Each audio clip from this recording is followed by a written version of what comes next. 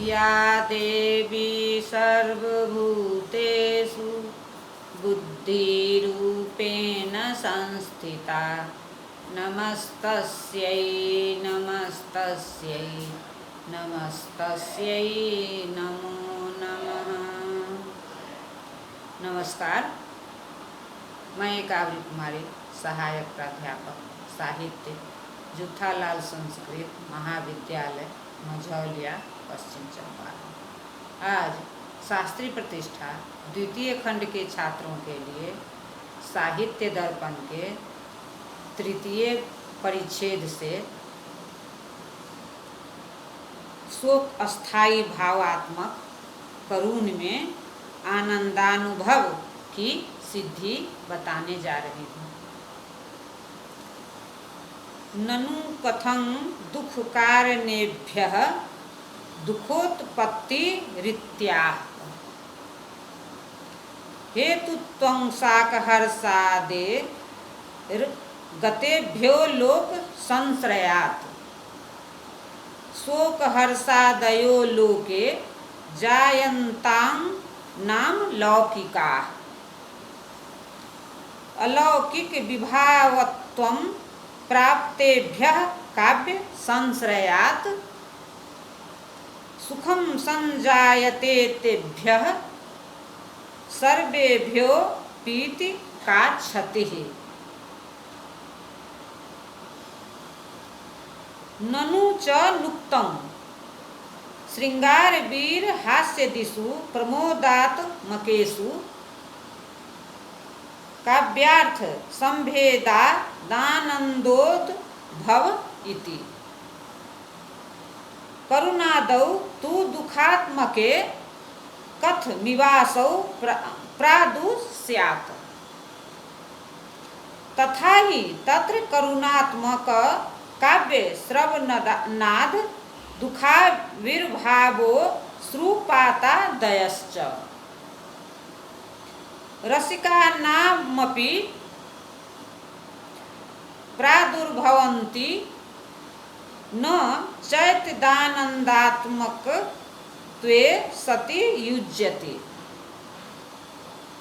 सत्यमेतत् किन्तु तादृश एवासावानन्दः सुख दुखात्मको यथा प्रहरणादिषु संभोगावस्थायां कुटमिते स्त्रीणाम् अन्यश्च लौकिकात् करुणात् काव्य करुणः तथा हयत्रोत्तरोत्तरा रसिकानां प्रवृत्त्यः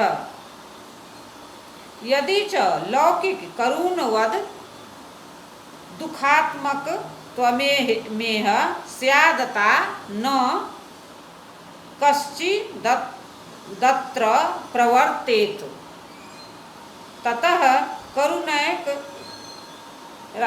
रसानां रामायणादि महाप्रबन्धानामुच्छेद एव भवेत्। अश्रुपातादय चेतिवृत्त वर्णनाकर्णनेन विनिपातितेषु लौकिक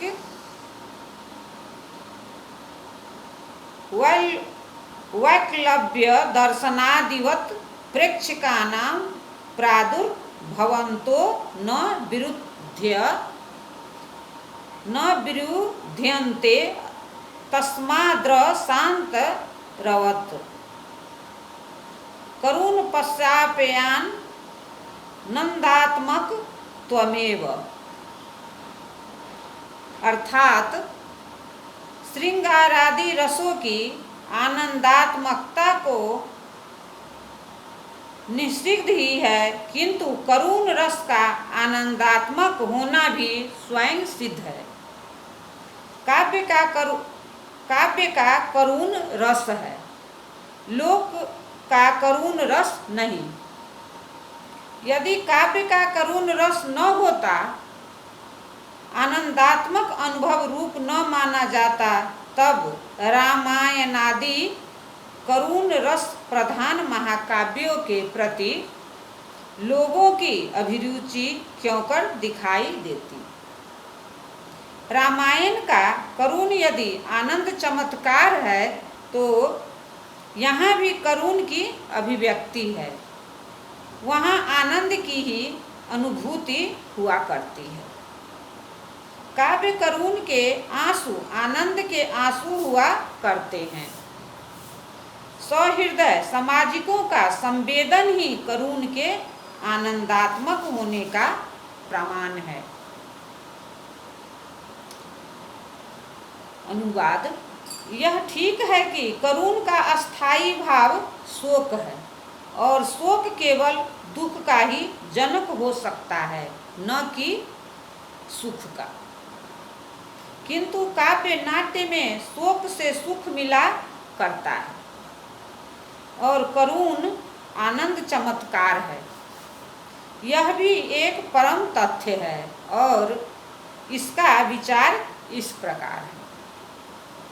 भले ही शोक विषाद और हर्ष प्रहर्ष के उन लौकिक कारणों से प्रतिदिन के जीवन में लोगों को दुख और सुख मिला करे, किंतु लोक जीवन के वे ही हर्ष विषाद और उनके वे ही कारण जब काव्य नाट्य की वर्णना के विषय बन जाया करते हैं और सहृदय सामाजिक के हृदय की शोकादि वासनाओं को उद्बुद्ध करने लगते हैं, तब उनसे सुख अथवा आनंद की ही सृष्टि हुआ करती है। और यह बात ऐसी है जिसमें किसी प्रकार की अनुपत्ति नहीं, क्योंकि जैसे लोक और काव्य नाट्य परस्पर विलक्षण है, वैसे ही लोक के शोक हर्ष और काव्य नाट्य के शोक हर्ष भी तो एक नहीं।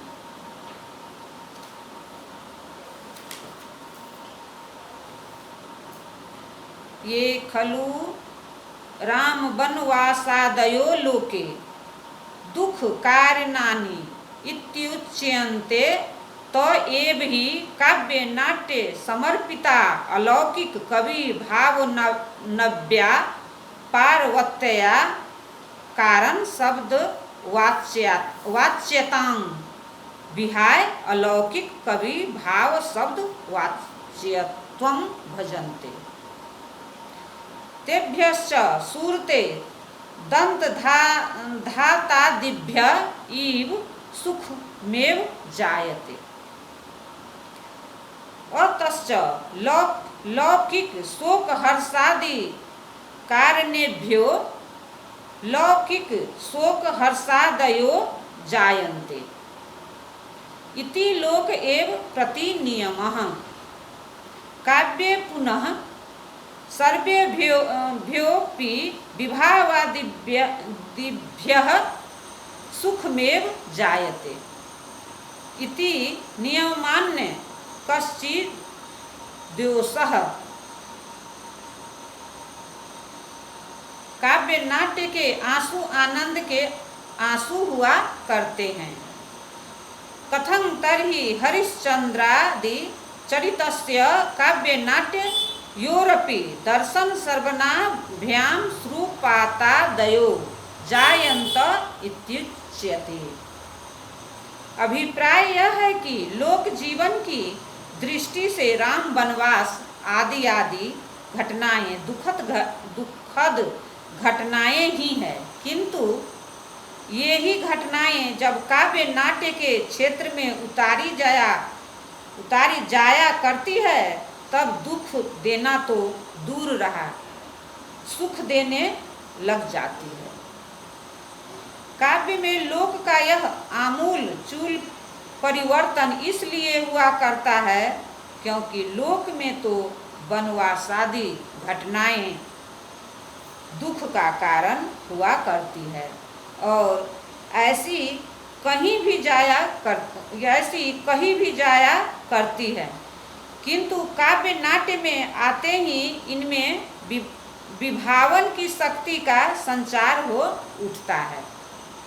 जिससे सहृदय सामाजिक अपनी शोक वासना का एक अलौकिक आस्वाद लेने लग जाता है और इसलिए इन्हें एक अलौकिक शब्द जैसे कि विभाव शब्द से संकेतित किया जाया करता है।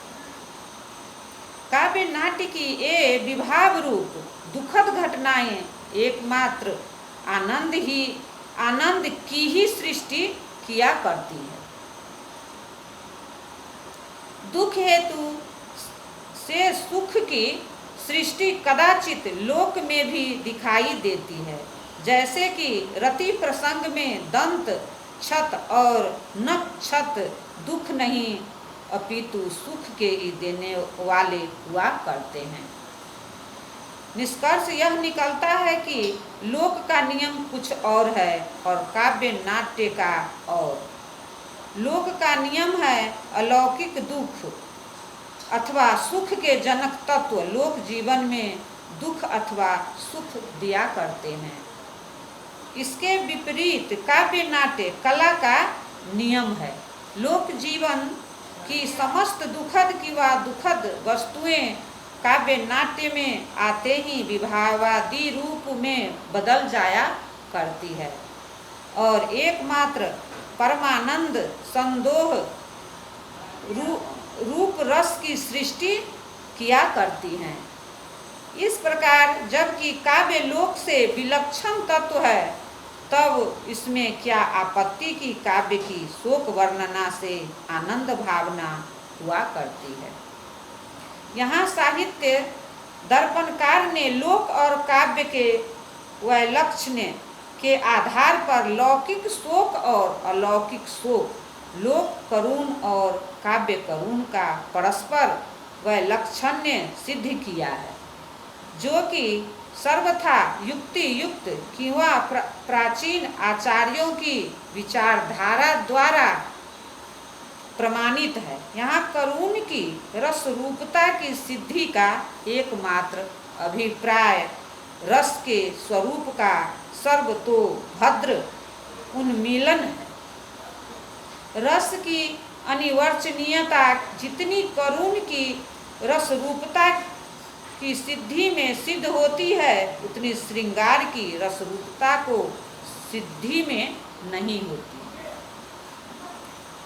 उपयुक्त रीति से करुण यदि आनंद रूप है तो ऐसा क्यों है कि काव्य नाट्य में उपस्थापित कतिपय करुण चरित्र जैसे कि महाराज हरिश्चंद्र आदि के ही चरित्र के देखने अथवा सुनने से सामाजिकों की आंखों से आंसू गिरने लगते हैं। इसका उत्तर यह है।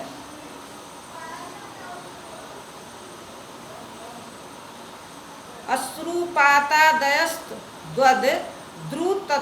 द्रुत्वाचयेत सोमता। रसास्वाद का अधिकार समान अथवा विशिष्ट। तर्हि कथं काव्यतः सर्वेषा मिट्टसि रसाभिव्य कीर्तन जायत इत्यत आह। न जायते तदा स्वादो बिना रत्यादिवासनाम। वासना चेता निन्तनी प्राक्तनी च रसास्वाद हेतु तत्र यद्याद्या न स्यात् तदा श्रोश्रिय जर्म मीमांसकादीनामपि स स्यात्। यदि द्वितीया न स्यात् तदा यद्रागीनामपि केषाञ्चिद् शोधो न दृश्यते तन् स्यात्। उत्तञ्च धर्मदत्तेन सवासनानां सभ्यानां रस्यास्वादनं भवेत्। निर्वासनास्तु रंगान्तः काष्ठ कुडयसं सन्निभाः इति। जैसे लोकगत हृदय विदारक दृश्य के देखने अथवा सुनने से लोगों का हृदय पिघल जाता है और उनकी आँखों से दुख के आंसू निकल पड़ते हैं, वैसे ही काव्य नाट्यगत करुण दृश्य के देखने अथवा सुनने से भी सहृदय सामाजिकों का हृदय पिघल पड़ता है और उनकी आंखों से आनंद के स्रोत बने आंसू बह चलते हैं। अनुवाद। यहाँ यह भी प्रश्न स्वाभाविक है कि जबकि रस आनंद रूप आह्लादमय हुआ करता है, तो उन सभी लोगों को जो कि काव्य अथवा नाट्य के पढ़ने अथवा देखने वाले हुआ करते हैं, क्योंकि काव्य अथवा नाट्य से यह आह्लादानुभव, यह आनंदास्वाद नहीं मिलता करता, इसका भी समाधान है। जब तक काव्य नाट्य के सामाजिकों में रत्यादि रूप वासना जन्म जन्मांतर से संचित सूक्ष्म रत्यादि संस्कार न हो, तब तक उन्हें रत्यादि का आस्वाद रस भी क्यों कर मिलने लगे। यहाँ अभिप्राय यह है, रसास्वाद के लिए वासना का होना नितांत आवश्यक है। यह वासना दो प्रकार की हुआ करती है। पहली आधुनिक इदानीन्तनी और दूसरा प्राचीन प्राक्तनी। रसास्वाद के लिए जैसे पहली वासना आवश्यक है, वैसे ही दूसरी भी, क्योंकि यदि पहले प्रकार की वासना रसास्वाद के लिए आवश्यक न हो, तब तो शुष्क हृदय श्रोणीय और वेदवादरत मीमांसा पंडितों को भी रसास्वाद हुआ करे। इसी प्रकार यदि दूसरे प्रकार की वासना को रसास्वाद की भूमिका न माना जाए, तब इस प्रकार की घटना जैसे कि रसिक हृदय सामाजिकों में भी रसास्वाद की असंभावना आदि न घटा करे। वस्तुतः इसलिए अलंकारिक धर्मदत्त ने कहा है, रस का आस्वाद तो उन्हीं सामाजिकों को हुआ करता है जिनके हृदय में रत्यादि वासनाओं का भंडार भरा है। उन्हें भला रस का आस्वाद कैसे, जिनमें वासना ही नहीं।